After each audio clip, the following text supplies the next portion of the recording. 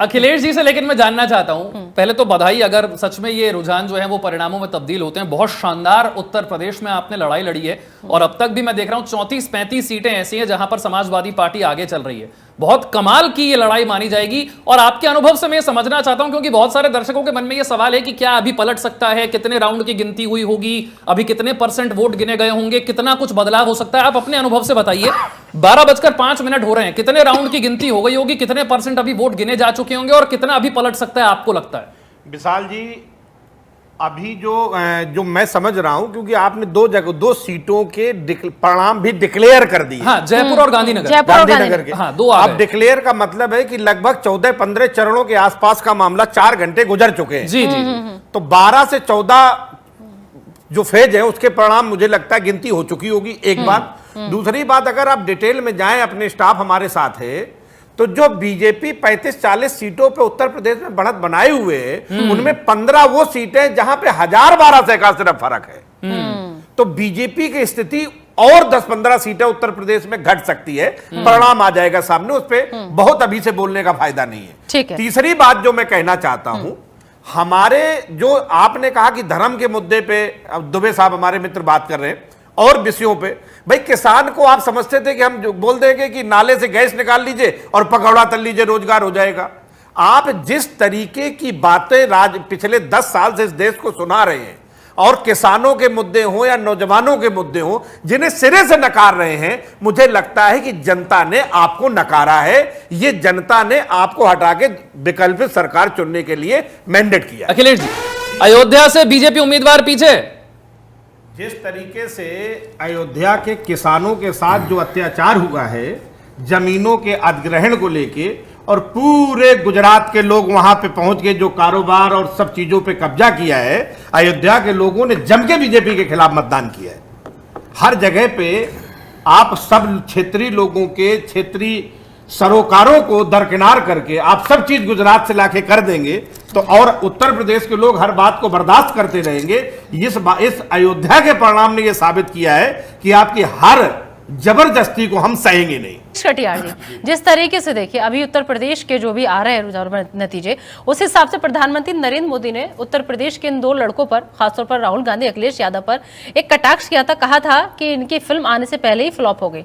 लेकिन अभी जो हम देख पा रहे हैं, जो मौजूदा हालात है, जो सियासी समीकरण बने, मतलब लग रहा है दोनों लड़कों ने कमाल कर दिया। नहीं, ये निधा जी, कमाल तो जनता ने किया है।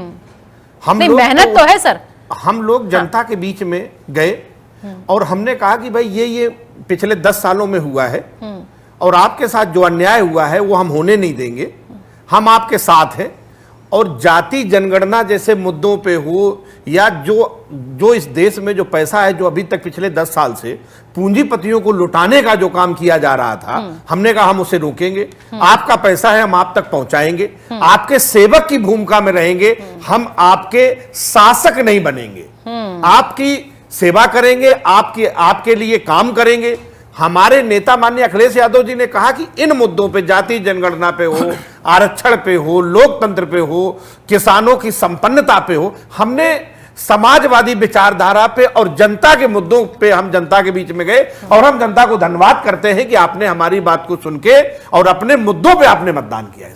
लेकिन अखिलेश कटियार जी, क्या लग रहा है आपको, ये मुद्दा सच में हावी रहा जो लगातार बार-बार उठाया गया समाजवादी पार्टी की तरफ से? सबसे पहले मैं इस देश की जनता को धन्यवाद कर रहा हूं, क्योंकि अब लगभग 1 बज गए हैं और अब पिक्चर साफ की तरफ बढ़ रही है, और ये बात अब लगभग तय होती जा रही है कि मोदी जी की विदाई लगभग तय है।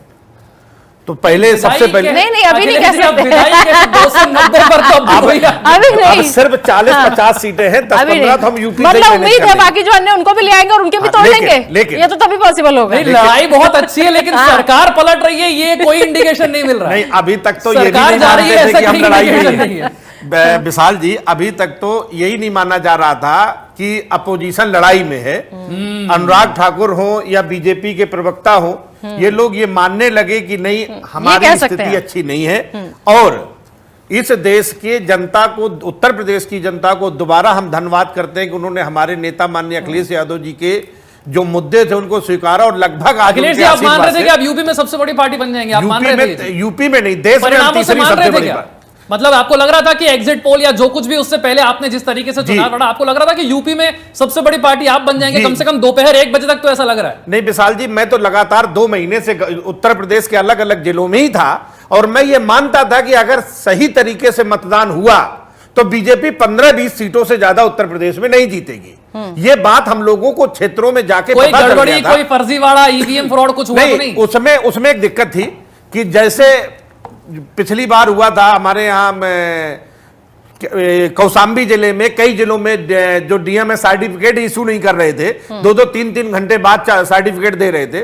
तो इस बार हमारे नेता ने कहा कि अब आप बूथ जहां पे गिनती हो रही वहां पे सब इकट्ठे रहे, धांधली नहीं होने देना, और धांधली नहीं हो पाई तो परिणाम आपके सामने है।